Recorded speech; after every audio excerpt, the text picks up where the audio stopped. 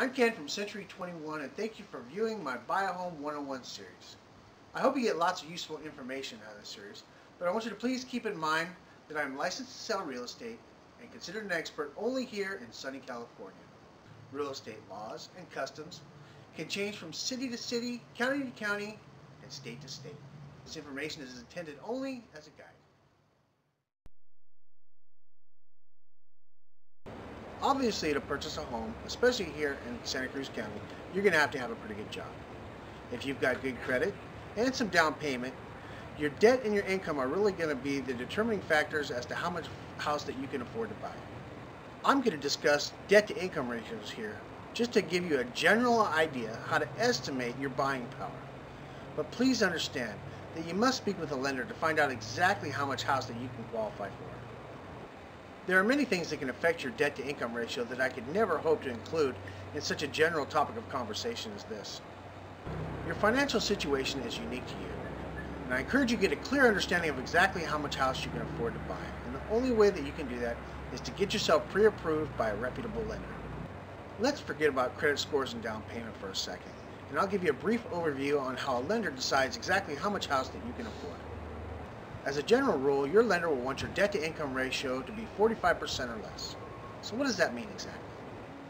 Simply put, they add up all your debts every month, and they divide that by the amount of money that you make every month, and that gives them your debt to income ratio. Generally speaking, your monthly income is your annual salary or income divided by 12. Then they add up all your recurring payments, including your house payment, to determine your monthly debt.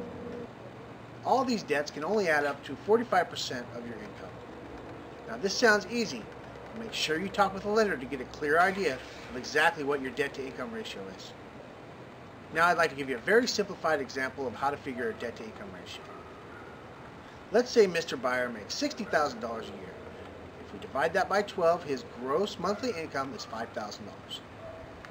Let's say Mr. Buyer has a car payment, credit card, and miscellaneous bills totaling $500 a month.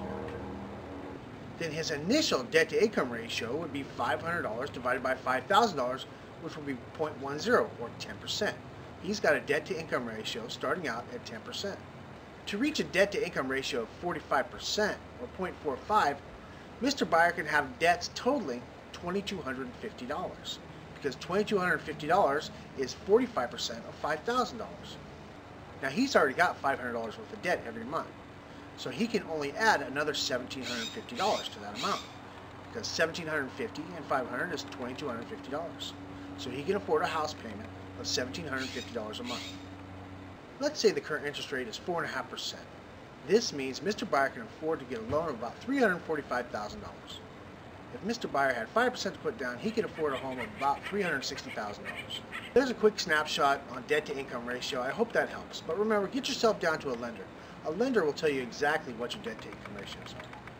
If you have any questions, feel free to call me at any time on my cell phone or send me an email at ken@kenelse.com. Thank you.